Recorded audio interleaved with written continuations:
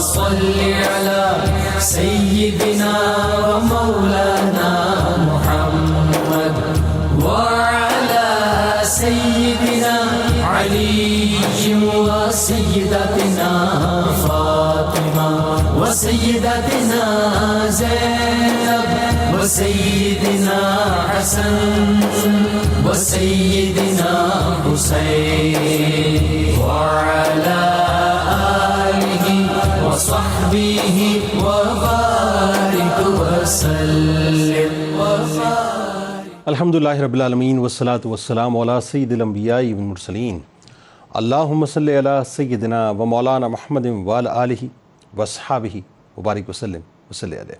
دنیا کے تمام دیکھنے والوں، تمام چاہنے والوں، تمام پیار کرنے والوں کو، اور جہاں جہاں تک اس وقت میری آواز کو سنا اور مجھے دیکھا جا رہا ہے، جنید اقبال کی جانب سے انتہائی محبت کے ساتھ السلام علیکم۔ ایک بار پھر ناظرین، پر نور صبح میں صبح نور کے ساتھ میں آپ کو خوش آمدید کہتا ہوں، اور اس وقت ہم اسلام آباد اسٹوڈیوز میں موجود ہیں۔ تو آئیے بلا توقف چلتے ہیں حضرت ابو انیس محمد برکت علی علیہ رحمہ کی تالیف اسماء النبی الکریم صلی اللہ علیہ وآلہ وسلم سے رسول اللہ صلی اللہ علیہ وآلہ وسلم کا ایک اسم مبارک پڑھنے اور سننے کی سعادت حاصل کرتے ہیں۔ سیدنا صاحب العلم صلی اللہ علیہ وآلہ وسلم، ہمارے سردار، تمام علوم کے مالک، درود و سلام بھیجے اللہ آپ صلی اللہ علیہ وآلہ وسلم پر، آپ صلی اللہ علیہ وآلہ وسلم کے آل پاک اور صحابہ کرام رضوان اللہ تعالیٰ علیہم اجمعین پر۔ حضرت ابو امامہ رضی اللہ تعالیٰ عنہ سے روایت ہے کہ رسول اللہ صلی اللہ علیہ وسلم کے سامنے دو آدمیوں کا ذکر کیا گیا، جن میں سے ایک عابد تھا، دوسرا عالم۔ تو آپ صلی اللہ علیہ وآلہ وسلم نے فرمایا کہ عابد پر عالم کی فضیلت اسی طرح ہے جس طرح میری فضیلت تم میں سے ایک ادنا پر ہے۔ پھر آپ صلی اللہ علیہ وآلہ وسلم نے فرمایا کہ بے شک اللہ تبارک و تعالیٰ اور اس کے فرشتے، تمام زمین و آسمان والے، یہاں تک کہ چونٹی اپنے بل میں، اور مچھلیاں بھی اس شخص کے لیے جو بھلائی کی تعلیم دیتا ہے رحمت طلب کرتی ہیں۔ ناظرین کرام، آج ہستی ہی ایک ایسی ہے کہ واقعی اللہ تعالیٰ ان پر کروڑوں رحمتوں کا نزول فرمائے کہ علم اپنی انتہا پہ نظر آتا ہے، فقہ کے وہ امام نظر آتے ہیں ناظرین، حدیث کے امام نظر آتے ہیں، اور میں اگر یہ کہوں تو جملہ غلط نہ ہوگا کہ دنیا میں جب تک مسلمان آتے رہیں گے ناظرین، ان مسلمانوں پر ان کا احسان ہے۔ دنیا انہیں نعمان بن ثابت المعروف امام اعظم امام ابو حنیفہ رحمۃ اللہ علیہ کے نام سے جانتی ہے، اور آج ناظرین ہم بنیادی طور پر ان کی بارگاہ میں ہدیہ تہنیت پیش کریں گے، یعنی یوں کہیے کہ آج بس امام کی بارگاہ میں عرض کریں گے کہ امام، ہم آپ سے پیار کرتے ہیں، محبت کرتے ہیں، عشق کرتے ہیں، ہم آپ کے مطیع ہیں، ہم آپ کے فرما بردار ہیں۔ ناظرین کرام، امام اعظم، امام الائمہ، سراج الامہ، سراج الفقہاء والمجتہدین، سید الاولیاء والمحدثین، محدث کبیر، حافظ حدیث، اسلامی دنیا کا بیشتر حصہ ناظرین اگر میں کہوں غلط نہ ہوگا کہ جن کے مذہب کا پیروکار ہے، دنیا یقیناً انہیں امام اعظم امام ابو حنیفہ علیہ رحمہ کے نام سے جانتی ہے۔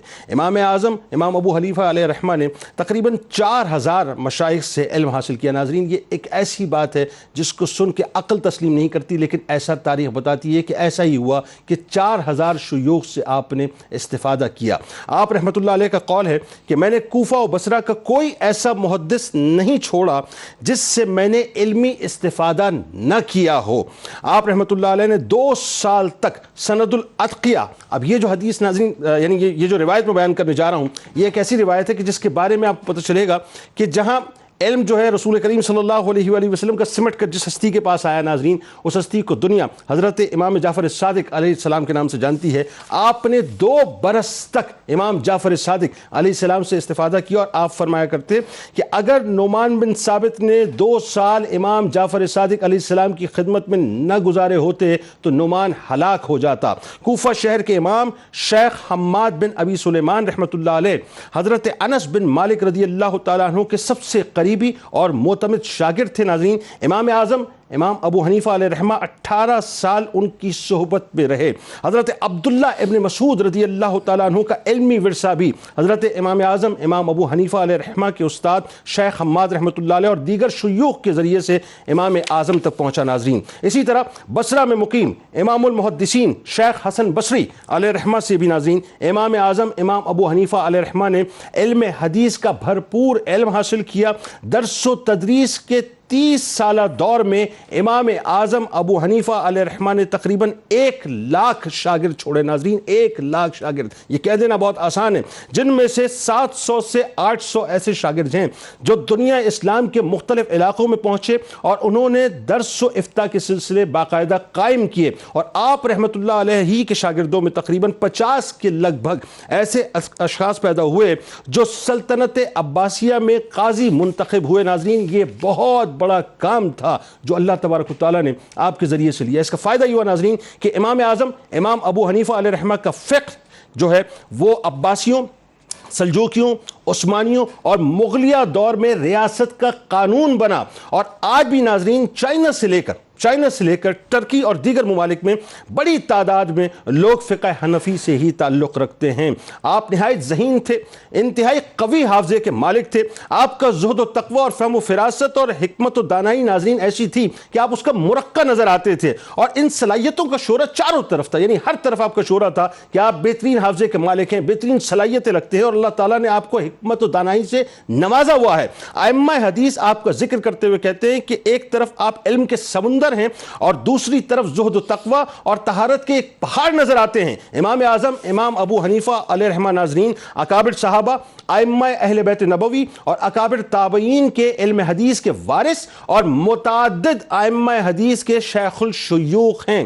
امام مالک علیہ الرحمہ نے خود امام اعظم امام ابو حنیفہ علیہ الرحمہ سے استفادہ کیا، جبکہ امام شافعی علیہ الرحمہ، امام احمد بن حنبل علیہ الرحمہ، امام بخاری علیہ الرحمہ، امام مسلم علیہ الرحمہ، امام ترمذی علیہ الرحمہ، امام ابو داؤد علیہ الرحمہ، امام ابن ماجہ علیہ الرحمہ اور امام نسائی علیہ الرحمہ ناظرین یہ تمام وہ ہستیاں ہیں، یہ سب اصحاب علم و فضل امام اعظم امام ابو حنیفہ علیہ الرحمہ کے شاگردوں یا شاگردوں کے شاگردوں کے شاگرد ہیں ناظرین. یعنی آپ کا فیض مکمل طور پہ جاری رہا. خطیب بغدادی نے امام شافعی علیہ الرحمہ سے روایت کی ہے کہ امام مالک بن انس رحمۃ اللہ علیہ سے معلوم کیا گیا کہ آپ رحمۃ اللہ علیہ نے امام اعظم ابو حنیفہ رحمۃ اللہ علیہ کو دیکھا ہے.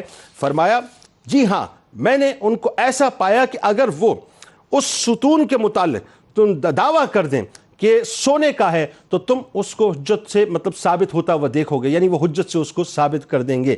امام مالک علیہ الرحمہ نے امام شافعی علیہ الرحمہ سے یہ بھی فرمایا کہ میں نے ان جیسا کسی کو نہیں دیکھا. امام شافعی علیہ الرحمہ کا ارشاد ہے کہ جو آدمی فقہ میں ماہر ہونا چاہے وہ امام ابو حنیفہ علیہ الرحمہ کا محتاج ہوگا. آج بنیادی طور پہ ناظرین بس ہم ان کی بارگاہ میں ہدیہ تہنیت پیش کریں گے. یہ جو کچھ بھی صدقہ ہے، جتنا بھی علم پہنچ رہا ہے امام اعظم کا، پہلے تو ان کا شخصی تعارف آغاز کریں. بسم اللہ الرحمن الرحیم. چشم فلک نے ایسا انسان اور ایسا عالم صحابہ کرام کے بعد کبھی نہیں دیکھا، جن کے بارے میں متعدد احادیث بشارات کے طور پر موجود ہیں. اللہ، جن کو نہ صرف ہم زمانہ معاصر اہل علم شخصیات بلکہ آج تک کے ہر فن کے ماہرین نے خراج عقیدت پیش کیا. حضرت امام اعظم ابو حنیفہ، ان کے تعارف کے لیے یہ لفظ کہہ دینا ہی کافی ہے کہ پوری امت آپ کو امام اعظم کہتی ہے. اللہ، یہ اکیلا لفظ ہی تمام تحقیقات پر بھاری ہے. اللہ، اور یہ شرف بھی صرف آپ کا ہی حصہ ہے، کسی اور کو اس امت میں امام اعظم نہیں کہا گیا. حضرت امام اعظم کے جو آباء و اجداد تھے یہ فارس کے رہنے والے تھے. آپ کے دادا جو زوتا تھے ان کا حضرت علی رضی اللہ تعالیٰ عنہ سے قریبی تعلق تھا. جناب مولا کائنات ان پر بڑے مہربان اور شفیق تھے، ان کی ظاہری اور باطنی تربیت کرتے تھے.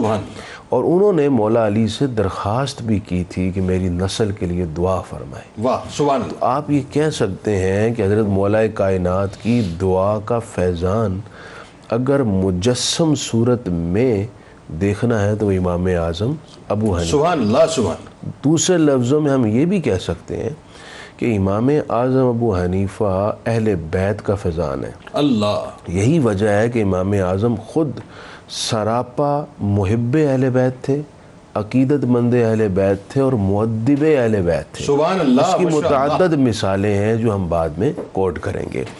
تو امام اعظم کے والد گرامی حضرت نعمان ہیں، وہ بھی کوفہ میں امام اعظم کی سرپرستی فرماتے رہے.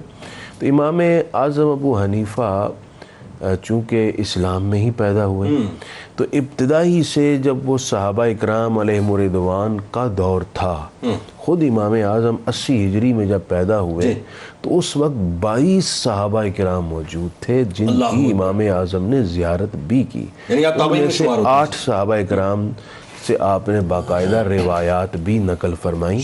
یہ شرف ہے. چاروں جو ہمارے بڑے امام ہیں ان میں امام اعظم ہیں جو صرف تابعی ہیں جنہوں نے صحابہ کی زیارت. یہی وجہ ہے کہ امام اعظم ابو حنیفہ رحمہ اللہ کی ایسی روایات بھی ہیں جس میں آپ کے اور رحمت عالمین صلی اللہ علیہ وسلم کے درمیان صرف ایک واسطہ ہوتا ہے روایت حدیث میں. یعنی امام اعظم کہتے ہیں میں نے صحابی سے سنا اور صحابی کہتے ہیں میں نے رسول اللہ سے سنا. یہ اتنا بڑا شرف ہے کہ ساری دنیا اور اس کی نعمتیں اس کے آگے وہ حیثیت نہیں رکھتی. اور امام بخاری رحمۃ اللہ علیہ کی میں ضمناً بات کر دوں، امام بخاری رحمۃ اللہ علیہ نے اپنی صحیح بخاری میں 22 روایات نقل کی ہیں جو ثلاثیات ہیں. یعنی امام بخاری کے اور حضور صلی اللہ علیہ وآلہ وسلم کے درمیان 3 راویوں کا واسطہ ہوتا ہے. اور ان 22 میں سے 8 روایات امام بخاری نے اپنے استاد حضرت مکی بن ابراہیم سے نقل کی، اور امام مکی بن ابراہیم یہ امام اعظم ابو حنیفہ کے شاگرد ہیں. تو اس طرح وہ جو 8 ثلاثیات ہیں وہ بھی امام اعظم ابو حنیفہ کا ہی فیضان ہے جو امام بخاری کے پاس پہنچے. ٹھیک، مطلب بات آگے بڑھاتے ہیں. جی، امام اعظم علیہ رحمہ کا جو یعنی یوں کہیے کہ حصول علم آپ نے کیسے کیا، ذرا اس بارے میں تھوڑا سا بتائیے. بسم اللہ الرحمن الرحیم. سیدنا امام اعظم ابو حنیفہ رضی اللہ تعالیٰ عنہ کا ابتدائی جو دور ہے اس میں آپ تجارت کی طرف مائل تھے. آغاز میں آپ نے علم دین شروع نہیں کیا پڑھنا. جو روایتی قرآن پاک کی تعلیم و تربیت تھی وہ تو تھی، باقاعدہ آپ نے شروع تھوڑا دیر سے کیا. اس کی وجہ یہ تھی کہ آپ تجارت کرتے تھے، خاندانی طور پر تاجر تھے اور آپ کا پیشہ بھی تجارت تھا، اس وجہ سے بازار میں آنا جانا ہوتا تھا. سیدنا امام اعظم ابو حنیفہ رضی اللہ تعالیٰ عنہ خود فرماتے ہیں کہ میری زندگی میں 3 عورتوں کا بڑا کردار ہے. ایک عورت نے میرے ساتھ دھوکہ کیا، ایک نے مجھے فقیہ بنا دیا اور ایک نے مجھے زاہد بنا دیا. اللہ. اس کی تفصیل یہ ہے کہ آپ فرماتے ہیں کہ میں بازار سے گزر رہا تھا تو ایک عورت نے گری ہوئی ایک چیز کی طرف مجھے اشارہ کیا، تو میں سمجھا کہ شاید یہ خاتون گونگی ہے، بول نہیں سکتی اور یہ چیز اس کی گر گئی ہے، تو میں اس کو اٹھا کے پکڑا دیتا ہوں. کہتے ہیں جب میں نے اس کو اٹھایا اس نے کہا کہ اب اس کو پکڑے رکھو، جب اس کا مالک مل جائے تو اس کو دے دینا. یعنی وہ گری ہوئی چیز تھی تو اب شرعی حکم یہ ہے کہ جس کو ملے وہ اس کا مالک تلاش کر کے اس تک پہنچائے. تو اس خاتون نے یہ کیا کہ خود مالک ڈھونڈنے کی بجائے امام صاحب کے کھاتے میں ڈال دیا اس کو. دوسرا وہ فرماتے ہیں کہ جس عورت نے مجھے فقیہ بنایا کہ آپ شروع میں علم الکلام کی طرف متوجہ ہوئے. ٹھیک ہے، آپ نے اس کو پڑھا، اس میں ید طولہ حاصل کیا، پھر آپ اس میں مناظرے کرتے تھے باطل فرقوں کے ساتھ. تو آپ فرماتے ہیں کہ اسی وقت حضرت امام حماد بن ابی سلیمان کا حلقہ بھی لگتا تھا اور میں بھی ایک جگہ پہ بیٹھتا تھا. ایک خاتون میرے پاس آئی اور اس نے مجھے کہا کہ ایک مسئلہ پوچھنا ہے طلاق کے بارے میں. تو آپ نے فرمایا کہ ایسا کرو کہ امام حماد کے پاس جاؤ، ان سے مسئلہ پوچھو، جو وہ جواب دیں گے وہ مجھے بھی بتانا آگے. اس خاتون نے جب مسئلہ پوچھا، آپ نے وہ مسئلہ بتا دیا. اس نے جب آ کے آپ کو بتایا تو آپ کہتے ہیں کہ پھر اس دن سے میں نے یہ ارادہ کیا کہ اب یہ علم الکلام والا جو معاملہ اس کو چھوڑوں اور امام حماد کے پاس جا کر علم دین حاصل کروں اور فقہ حاصل کروں. سبحان اللہ. تیسری جس عورت کے بارے میں آپ فرمایا اس نے مجھے زاہد بنایا. فرماتے میں گزر رہا تھا تو ایک عورت نے کہا کہ یہ وہ شخص ہے جو ساری رات عبادت کرتا ہے، عشاء کے وضو سے فجر کی نماز پڑھتا ہے. فرماتے ہیں میں نے اس کی بات کا، اس کے گمان کو سچ کرنے کے لیے اس دن سے عشاء کے وضو سے فجر کی نماز پڑھتا. سبحان اللہ، سبحان اللہ. ساری رات نماز. تو یہاں سے آپ کا حصول علم کا آغاز ہوا. زیادہ آپ نے تعلیم جو ہے 18 سال کے قریب جو آپ کی سیرت نگاروں نے لکھا وہ حضرت امام حماد سے حاصل کی. لیکن آپ کی شخصیت میں دیگر اساتذہ جن کی تعداد 4000 اور بعض نے 4000 سے زائد بھی لکھی. جی، وہ فرماتے ہیں کہ 4000، امام سیوطی فرماتے ہیں کہ 4000 تو وہ ہیں جو اس دور کے عام معروف لوگ ہیں. اس کے علاوہ بھی آپ نے مختلف شہروں کا سفر کیا اور وہاں بھی گئے, تو مطلب بہت سارے یعنی ایسی کوئی شخصیت میرے خیال تاریخ میں ملتی نہیں ہے کہ اتنی کثیر تعداد میں اساتذہ جس کے ہوں. یقیناً یہ اس بات پہ آپ دیکھیے نا, ایک مرتبہ امام شافعی کے جو فالورز تھے ان کا احناف کے ساتھ شاگردوں کا آپس میں جھگڑا ہو گیا. وہ کہتے تھے امام شافعی کی فضیلت زیادہ ہے, وہ کہتے تھے امام اعظم کی فضیلت زیادہ ہے. تو انہوں نے کہا جی کہ چلیں اس بات پہ فیصلہ کر لیتے ہیں کہ مشائخ کس کے زیادہ ہیں. تو امام شافعی کے مشائخ جب شمار کیے گئے تو ان کی تعداد بنی 80, اور امام اعظم کے مشائخ جو اس وقت شمار کیے گئے وہ 4000 سے زائد تھے. تو ظاہر ہے ایک استاد سے آپ ایک علم پڑھتے ہیں, دوسرے سے دوسرا علم پڑھتے ہیں, تو علمی مقام. تو یہ یعنی آپ نے حصول علم یہاں سے شروع کیا, پھر آپ ان کی خدمت میں رہے, اور علمی مقام آپ یوں سمجھیں کہ جب آپ پہلے دن امام حماد کی مجلس میں گئے, امام حماد کی مجلس کا ضابطہ یہ تھا کہ جو قابل ترین لوگ تھے ان کو دائیں طرف بٹھایا جاتا تھا, جو سب سے قابل ہوتا ان کو آگے بٹھایا جاتا, باقی بائیں طرف اور کچھ پیچھے بیٹھتے. تو آپ بھی ظاہر نئے گئے تھے تو ان کو بٹھایا گیا پیچھے. 2 دن کے بعد استاد صاحب کو اندازہ ہوا کہ بہت قابل مطلب سٹوڈنٹ آیا, پھر دائیں طرف بٹھایا, پھر اس کے بعد آپ نے ان کو بالکل سامنے بٹھایا.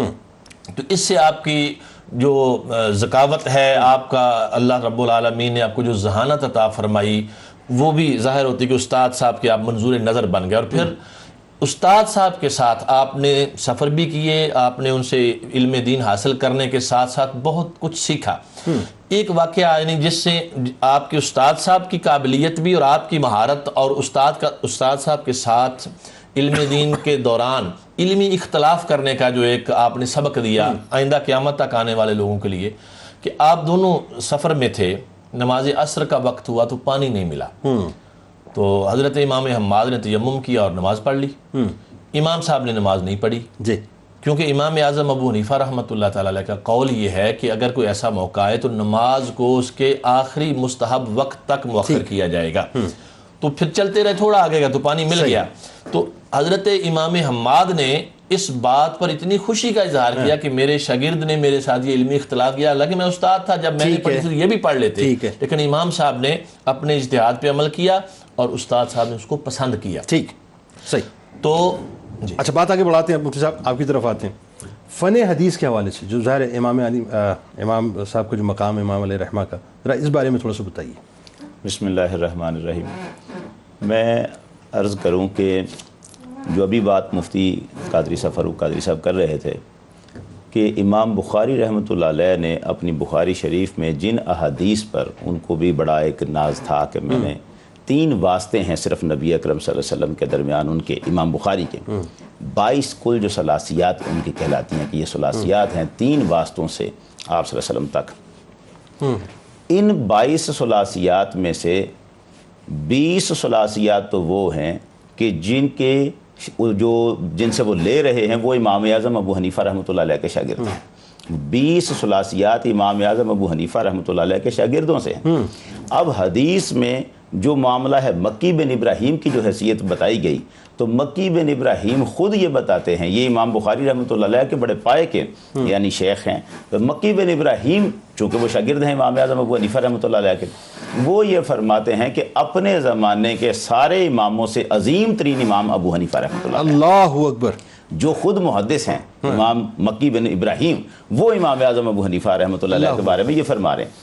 اب امام اعظم ابو حنیفہ رحمۃ اللہ علیہ کی 16 احادیث وہ ہیں جو احادیات کہلاتی ہیں, جن میں نبی اکرم صلی اللہ علیہ وسلم اور آپ کے درمیان صرف ایک صحابی کا واسطہ ہے.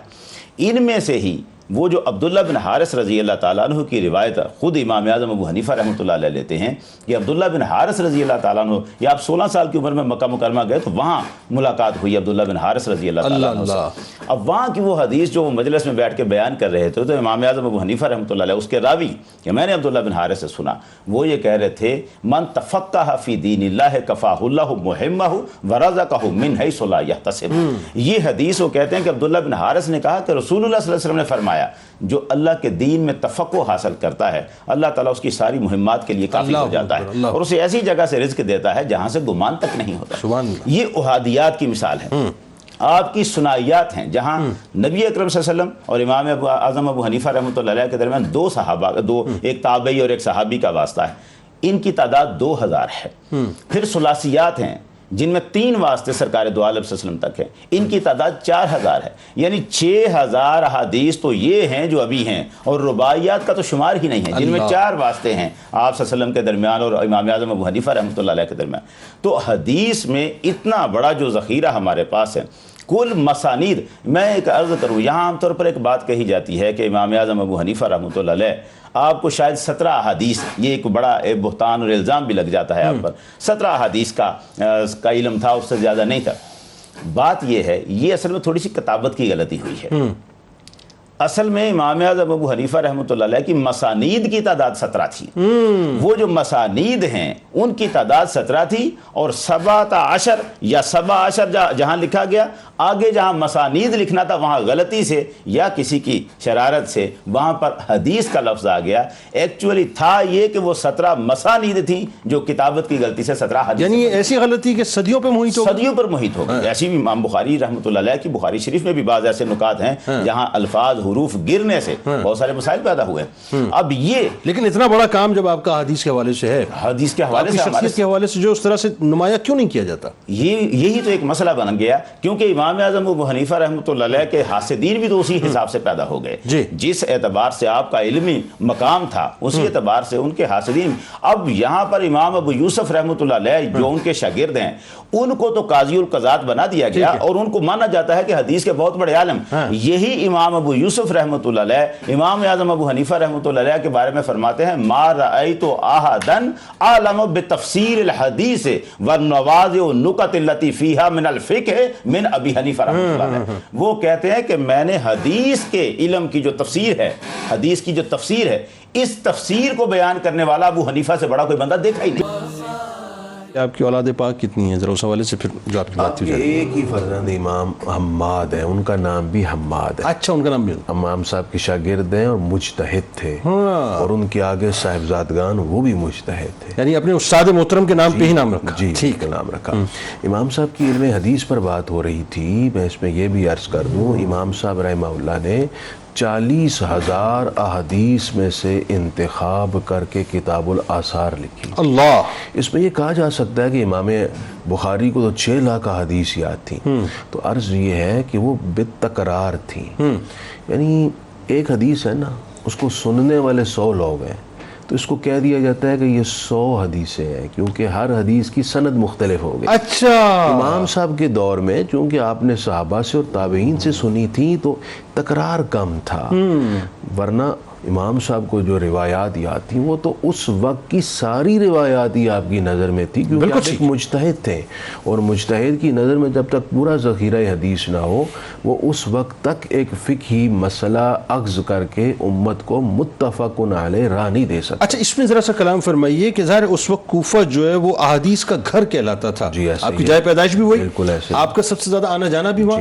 پھر بصرہ، پھر حرمین شریف فین جو ہے یہ آپ کا آنا جانا رہتا تھا مسلم، اور احادیث کے سلسلے میں دنیا حدیث کے 3 بڑے مراکز تھے اس وقت۔ پہلا حرمین شریفین، ٹھیک ہے، دوسرا کوفہ، اور کوفے کو اسپیسیفک بسایا ہی اس لیے گیا تھا، اور اس میں حضرت عمر نے پھر حضرت علی نے بڑے بڑے جو حدیث کے منجھے ہوئے صحابہ اکرام اساتذہ تھے ان کو وہاں مختص کیا۔ سعد بن ابی وقاص رضی اللہ تعالیٰ تیسرا مقام تھا بصرہ، اور ان تینوں مقامات سے حضرت امام اعظم ابو حنیفہ نے حدیثیں جمع کی، اپنے ذہن میں دل میں سموئی۔ اور فقہ کی آپ نے بات کی، فقہ کا مطلب ہی یہی ہے کہ قرآن اور حدیث سے مسئلے کا استنباط۔ امام صاحب کی اس میں نظر کی صرف ایک مثال عرض کر دوں کہ ایک حدیث پاک ہے جو ترمذی میں ہے، غیلان بن سلمہ سقفی سے روایت ہے، ان کو نبی ان کے بارے میں حدیث ہے کہ جب انہوں نے اسلام قبول کیا تو ان کی 10 بیویاں تھیں، نبی کریم صلی اللہ علیہ وسلم نے فرمایا ان میں سے 4 رکھ لیں، باقیوں کو طلاق دے دیں۔ ٹھیک ہے۔ حضرت امام اعظم ابو حنیفہ کا قول یہ ہے کہ 4 جو پہلے والی ہیں ان سے نکاح جائز رہا، باقی جو 5ویں سے لے کر آگے تک ہے ان کو چھوڑنا پڑے گا۔ تو اب امام صاحب پر یہ سوال ہوا کہ جناب حدیث میں تو اس طرح مطلقاً کہا گیا ہے، اور آپ نے پہلی 4 کی تخصیص کر دی، تو امام صاحب کی اب نظر کی گہرائی دیکھیں، آپ نے فرمایا کہ یہ روایت قرآن کے خلاف ہے. قرآن میں فَانْكِحُوا مَا طَابَ لَكُم مِّنَ النِّسَاءِ مَثْنَىٰ وَثُلَاثَ وَرُبَاعَ. اس میں قرآن مجید نے 4 عورتوں تک نکاح کی پرمیشن دی. ٹھیک ہے. اس سے آگے نکاح ہی جائز نہیں. تو ان 4 سے نکاح جائز ٹھہرا سبحان تھا. اللہ، وہ کیا رکھ لی. واہ واہ واہ. اب پھر اس حدیث کا کیا کریں گے حضرت؟ سبحان امام صاحب نے فرمایا یہ حدیث اس آیت کے نزول سے پہلے کی ہے. اللہ، جب یہ آیت نازل ہوئی تو وہ حکم منسوخ ہو گیا. اب یہ کتنی امام صاحب باریک بات ہے. یہ کرتا ہے ایک مجتہد، آہا. اور دنیا کے سارے مجتہدین جو قیامت تک آئیں گے ان کے امام ہیں امام اعظم. سبحان. اب اس میں دیکھیں ایک بات، اس بات کو یوں آگے بڑھاتے ہیں مفتی صاحب کہ لیٹ سے آج 1450 برس بعد کوئی شخص اگر صرف اس حدیث مبارکہ کو پڑھے تو وہ معنی اور مفاہیم جو ہے اگر صرف اس سے اسی طرح سے اخذ کرے تو صورتحال بالکل مختلف ہے.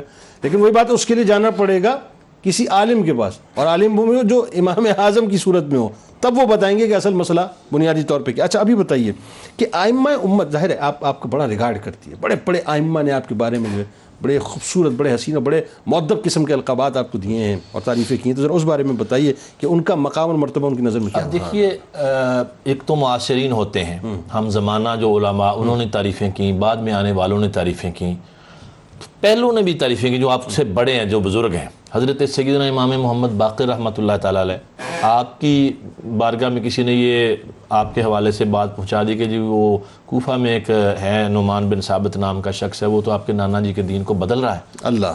تو آپ جب حاضری کے لیے آئے حج بیت اللہ کے موقع پر تو آپ کو زیارت کا موقع ملا، تو امام صاحب نے طلب فرمایا امام محمد باقر علیہ رحمت نے، تو حاضر ہوئے. تو پہلے تو یہاں امام صاحب نے ادب سکھایا کہ سادات کرام کا، حضور کی آل کا ادب. آپ وہ بلند مقام پہ بیٹھے اور آپ 2 زانو ہو کے ان کے سامنے بیٹھے.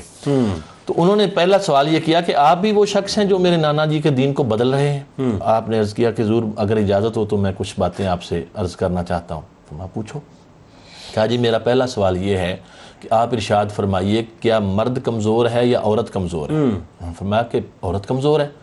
تو آپ نے عرض کیا کہ حضور اگر عورت کمزور ہے تو اس کا حصہ وراثت میں دگنا ہونا چاہیے تھا، یہاں تو دگنا مرد کا ہے. اگر میں اپنی مرضی کرتا یا آپ کے نانا جان کے دین کو بدلتا تو میں مرد کا دگنا نہ رکھتا بلکہ عورت کا دگنا رکھتا. تو میں نے بھی وہی رکھا ہے جو قرآن کا فیصلہ، جو آپ کے نانا جی کا فیصلہ، لہٰذا میں دین بدلنے والا نہیں. دوسرا سوال آپ نے پوچھا کہ حضور نماز کی اہمیت زیادہ ہے یا روزے کی اہمیت زیادہ ہے؟ تو انہوں نے فرمایا کہ نماز کی اہمیت زیادہ ہے. آپ نے عرض کیا کہ حضور پھر خواتین کے لیے جن ایام میں نماز پڑھنے کی اجازت نہیں ہوتی اور روزہ رکھنے کی اجازت نہیں ہوتی، اس کے بعد ہم روزے کی قضا تو لازم قرار دیتے ہیں، نمازوں کی قضا کیوں لازم قرار نہیں دیتے؟ جبکہ نماز زیادہ اہم ہے. اگر میں اپنی مرضی کرتا، اپنا دین میں تبدیلی کرتا تو میں نمازوں کی قضا لازم قرار دیتا. تو اسی سے متعلق ایک تیسرا مسئلہ بھی پوچھا. تو آپ نے جب جواب ارشاد فرمایا تو حضرت سیدنا امام محمد باقر رحمۃ اللہ علیہ نے آپ کو سینے سے لگایا، آپ کی پیشانی پہ بوسہ دیا. یہ اعزاز تھا ان کا. جو ابھی آپ نے جو سوال کیا کہ آپ کے معاصرین نے، آپ کے اماں نے آپ کو کیسے یاد کیا؟ امام باقر علیہ السلام کا سینے مبارک سے لگانے کا مطلب یہ، میں اس کو اس طرح بھی دیکھتا ہوں کہ ایک تو اپریسیشن، دوسرا پتہ نہیں کتنے ہی علوم جو ہے آپ نے منتقل کر دیے ہوں گے. یہی بات میں آگے کرنے جا رہا تھا کہ یہ آپ کی کرم نوازی تھی اور میسج تھا ان لوگوں کے لیے جو حضرت سیدنا امام اعظم کے بارے میں بدگمانیاں پھیلا رہے تھے. آپ نے سینے سے لگا کے بتا دیا کہ یہ شخص جو میرے نانا جان کے دین کی خدمت کر رہا ہے، اس کی جگہ ہمارے سینے کے پاس. اور ذرا ائمہ امت کے بارے میں بتائیے. حضرت سیدنا امام شافعی رحمۃ اللہ تعالیٰ علیہ کی بھی بات ہوئی. آپ یہ فرمایا کرتے تھے کہ پوری دنیا میں لوگ فقہ سیکھنے میں امام اعظم ابو حنیفہ کے محتاج ہیں، اور فرمایا ہم سب جتنے بھی فقہ بیان کرنے والے لوگ ہیں یہ فقہ کے معاملے میں بال بچوں کی طرح ہیں امام اعظم ابو حنیفہ رحمۃ اللہ تعالیٰ علیہ کے. اور خود آپ فرماتے ہیں کہ میرے عقیدت اتنی ہے امام صاحب کے ساتھ کہ جب بھی مجھے کوئی حاجت پیش ہوتی ہے، کوئی مشکل پیش آتی ہے، تو میں آپ کی قبر انور پہ حاضری دیتا ہوں اور 2 رکعت نفل پڑھتا ہوں آپ کے اصال ثواب کے لیے، اور پھر اللہ کریم کے حضور اپنی اس حاجت کے لیے دعا کرتا ہوں میرا مسئلہ حل. یہ جملے کس نے کہے؟ امام شافعی رحمۃ اللہ. اچھا، امام شافعی نے کہا کہ میں قبر پہ حاضری دیتا ہوں. جی قبر پہ مطلب یہ ہے کہ قبر پہ حاضری دینی چاہیے، استعانت کرنی اس میں تو یعنی اس پر تو اگر بات کریں تو بات لمبی نکلی. خود نبی رحمت علیہ السلام کرم فرمانے کے لیے ہر سال شہدائے احد کی قبروں پہ جاتے تھے. سبحان اللہ. یہ امت کے لیے تو آپ ائمہ امت پہ رہیں. جی آئیے. تو حضرت امام احمد بن حنبل ہوں آپ کہ ہم زمانہ بعد میں آنے والے، سب نے حضرت سیدنا امام اعظم ابو حنیفہ رضی اللہ تعالیٰ عنہ کی وہی شان بیان کی جو اللہ رب العالمین نے ان کو عطا فرمائی. ان کے بارے میں کہا کہ میری آنکھ نے ان جیسا فقیہ، ان جیسا عابد، ان جیسا زاہد، ان جیسا نیک، ان جیسا دیانتدار نہیں دیکھا. اللہ. اور یہ ایک آج کل کا دور ہے نا، یہ مبالغہ رائی کا دور ہے، جو جس کو جو جی چاہے کہہ دے. وہ لوگ دیانتدار لوگ تھے، جس کے بارے میں جو بات کہتے تھے وہی کہتے تھے، جو دل سے کہتے تھے. تو سیدنا امام اعظم کے بارے میں آپ کے معاصرین نے ایسے کلمات کہے. اور بعد میں جو کتابیں لکھی گئیں، بہت سارے مخالفین نے بھی کتابیں لکھی، لیکن وہ بھی امام صاحب کی ذات پر کوئی ایسی بات نہیں کہہ سکے کہ جس سے کوئی آپ کی شان میں فرق آتا. بعض لوگوں نے تعصب کی بنا پر کچھ کہا، جیسا کہ ابھی ڈاکٹر صاحب نے بھی بات کی. اصل چیز یہ ہے کہ وہ کہتے ہیں کہ حق کا ایسا بول بالا تھا امام صاحب کی ذات میں، آپ کی سیرت میں، کہ ماننے دیکھنے والوں کو مانے بغیر کوئی. نفی کی جو آفاقیت ہے، اس کی جو انفرادیت ہے، اس کی جو عالمگیریت ہے، اس میں جو احتیاط ہے، یعنی آپ دیکھیے کہ رہتی دنیا تک جو امام اعظم امام ابو حنیفہ علیہ رحمہ کر گئے، اس کی کوئی مثال مل ہی نہیں سکتی. ذرا اس بارے میں بتائیے. میں آغاز کروں گا اس بات کا نبی اکرم صلی اللہ علیہ وسلم کے ارشاد مبارک سے. حضور صلی اللہ علیہ وسلم کا یہ ارشاد مبارک امام بخاری نے بخاری شریف میں 4897 نمبر پہ، اور امام مسلم نے مسلم شریف میں 2546 نمبر پہ لکھا ہے. اس ارشاد مبارک میں آپ صلی اللہ علیہ وسلم نے ارشاد فرمایا، لو کان الایمان عند ثریا لنالہ رجل او رجال من ہؤلاء. یہ بات آپ نے سلمان فارسی رضی اللہ تعالیٰ عنہ کے کندھے پر ہاتھ رکھ کے دست مبارک رکھا اور فرمایا کہ اگر ایمان ثریا کے قریب ہوگا، ثریا کے پاس بھی ہوگا، تو اس کی نسل میں سے، اس کی قوم میں سے ایسا فرد یا ایسے افراد آئیں گے جو وہاں سے بھی ایمان کو لے کے یہاں دے آئیں گے، سبحان اللہ، یہاں تک لے آئیں گے. یہ ایمان جو ثریا کے پاس بھی ہو، اور سلمان فارسی کی قوم یعنی فارسی النسل، امام ابو حنیفہ رحمۃ اللہ علیہ فارسی النسل ہے. امام ابو حنیفہ رحمۃ اللہ علیہ کے بارے میں یہ جو حدیث آئی، اب کیسے کہا جائے کہ یہ حدیث امام ابو حنیفہ کے بارے میں ہے؟ علامہ جلال الدین سیوطی رحمۃ اللہ علیہ وہ کہتے ہیں کہ سلمان فارسی کی قوم جو فارسی النسل ہوں گے، ان میں کوئی بندہ اس معیار پہ آئے ہی نہیں پورا جس معیار پہ امام ابو حنیفہ کھڑے. سبحان اللہ، ماشاء جو فارسی النسل تھے، ایمان کو ثریا کے مقام سے لے کے نیچے آئے ہیں. امام مسلم نے اس روایت میں جو لفظ لگائے تھے وہ تھے لو کان الدین عند ثریا، یعنی سرکار کے فرمان میں ایمان تھا، اور وہاں پر مسلم شریف میں لفظ ہیں لو کان الدین عند ثریا، دین اگر ثریا کے پاس ہوگا. لیکن علامہ ان کے بھی الفاظ ہیں، میں عرض کرنے لگا، علامہ ابن حزم نے اصول الاحکام جو کتاب ہے، جلد نمبر 2 صفحہ نمبر 299 پر، انہوں نے اس میں اندر یہ روایت لکھی ہے لو کان العلم عند ثریا، کہ حضور نے فرمایا اگر علم ثریا کے پاس. اب ان تینوں چیزوں کو جمع کر لیں، ایمان، دین اور علم، یہ اگر ثریا کے پاس بھی ہو.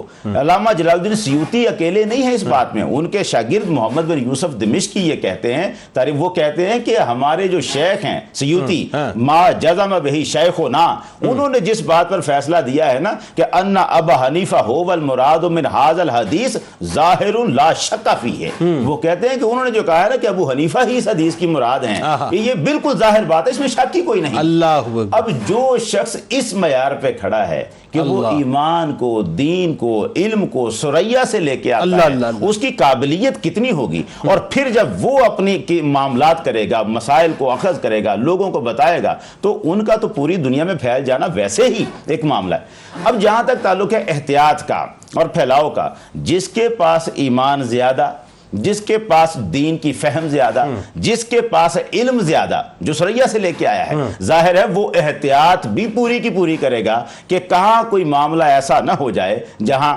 دنیا پھسل جائے. یہ وہ جو مشہور مثال تھی کہ آپ جا رہے تھے اور کیچڑ میں کسی کو پھسلتے بچے کو دیکھا تو اسے کہا بیٹا ذرا سنبھل.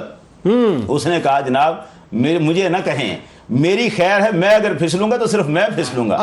آپ ذرا قدم احتیاط سے رکھیے گا، اگر آپ پھسلے تو پھر اللہ اکبر، اللہ اکبر، پیچھے امت پھسل سکتی ہے. یعنی یہ تو ایسے جملے ہیں کہ رہتی دنیا تک ہے. اب امام اعظم ابو حنیفہ رحمۃ اللہ علیہ نے ہر قدم احتیاط سے رکھا. اسی لیے جب وہ حدیثیں بھی لیتے ہیں جن سے وہ مسائل اخذ کرتے ہیں تو ان میں بھی وہ شرائط ہیں جو ہمیں دوسرے ائمہ کے پاس نہیں ملتی. انتہائی احتیاط کے ساتھ کہ اگر حضور سید عالم صلی اللہ علیہ وسلم کا فرمان بھی لینا ہے تو اس میں انہوں نے معیار رکھا ہے کہ اگر کسی روایت کو ایک صحابی سے صرف ایک ہی بندہ روایت کر رہا ہے تو وہ کہتے ہیں کہ نہیں، ایک سے زیادہ راوی ہونے چاہیے. پھر اگر صحابہ کرام کے عمل کے خلاف کہیں کوئی روایت آ رہی ہے تو اس روایت کو نہیں لیتے، صحابی کا عمل لیں گے. یعنی آپ کی روایات میں ایک اور بات کا جو خاص احتیاط تھی کہ اہل بیت کی محبت بھی قائم رہے اور وہ جو تقدس ہے صحابہ کا وہ بھی قائم رہے. اچھا پھر ایک اور چیز بتائیے نا ذرا، بہت مختصر اس پہ کامنٹ فرمائیے کہ یہ بھی تو آپ پہ ایلیگیشن لگا کہ صاحب آپ 100 سال 200 سال بعد کے جو مطلب معاملات ہیں اس پہ کلام فرما رہے ہیں. فقہ تقدیری، ہم اسے کہتے ہیں فقہ تقدیری. یہ جنید بھائی سب سے پہلے یوں سمجھیں کہ ایک بات یہ ہے کہ ہم یہ کہتے ہیں کہ فقہ کا مدون اول امام اعظم ابو حنیفہ ہے. یعنی فقہ تو موجود ہے، وہ تو حدیث میں، لیکن اس کی تدوین کرنا، اس کی ابواب بندی کرنا، یہ کام تو امام اعظم ابو حنیفہ رحمۃ اللہ علیہ نے کیا. آپ کا بہت شکریہ، آپ تینوں احباب تشریف لائے. ناظرین آئیے کتاب الشفا کی جانب چلتے ہیں. حصول علم میں آسانی کا عمل آپ کے سامنے پیش کرتے ہیں. روزانہ نماز فجر کے بعد اللہ تعالیٰ کا اسم گرامی یا علیم 21 بار پڑھ کر پانی پر دم کر کے پانی پی لینے سے حصول علم میں حائل تمام رکاوٹیں دور ہو جاتی ہیں.